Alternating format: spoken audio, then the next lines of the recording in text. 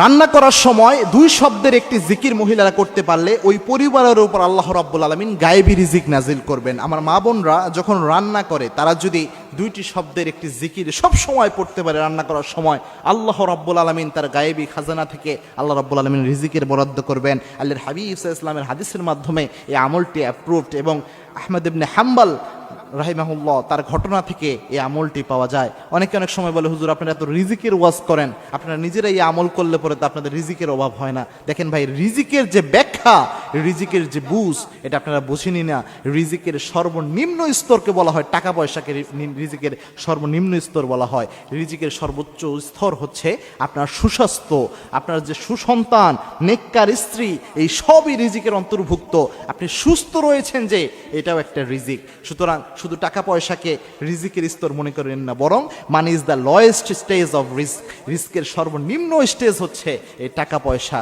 সুতরাং রিজিক যদি বৃদ্ধি করতে চান, মা বোনরা এই কাজটা করতে পারেন। সেটা হচ্ছে যখনই আপনি রান্না করছেন তখন ইস্তেগফারের আমল করবেন। ইস্তেগফারের আমল কত গুরুত্বপূর্ণ আল্লাহর হাবিব সাল্লাল্লাহু আলাইহি ওয়াসাল্লাম জানিয়েছেন, মাল্লাজিমাল ইস্তেগফার, ইস্তেগফারের সাথে যে ব্যক্তি লেগে থাকে, তিনটা পুরস্কার আল্লাহ রাব্বুল আলামিন তাকে দান করেন।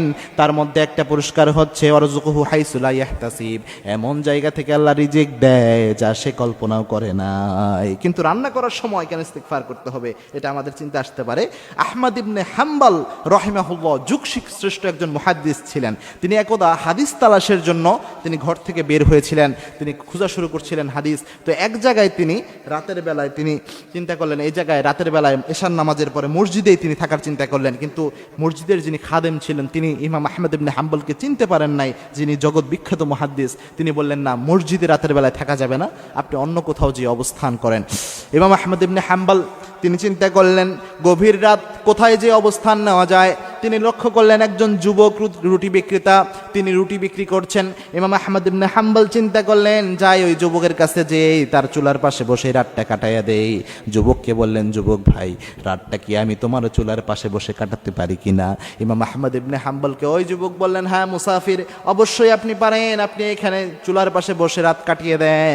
ইমাম আহমদ ইবনে হাম্বল তিনি লক্ষ্য করলেন, যুবক যখন রুটি বানাচ্ছে তখন যুবক পড়ছে আস্তাগফিরুল্লাহ, রুটির খামির যখন তৈরি করে তখনও পরে আস্তাগফিরুল্লাহ, সবসময় ওই যুবক শুধু আস্তাগফিরুল্লাহ পড়ে। ইমাম আহমদ ইবনে হাম্বল অবাক হয়ে গেলেন। ওই যুবককে বললেন, হে যুবক ভাই, তুমি সব সময় দেখছি আস্তাগফিরুল্লাহ পড়ছো, এর কারণ কি এবং এর কারণে কোনো ফজিলত তুমি পেয়েছো কিনা?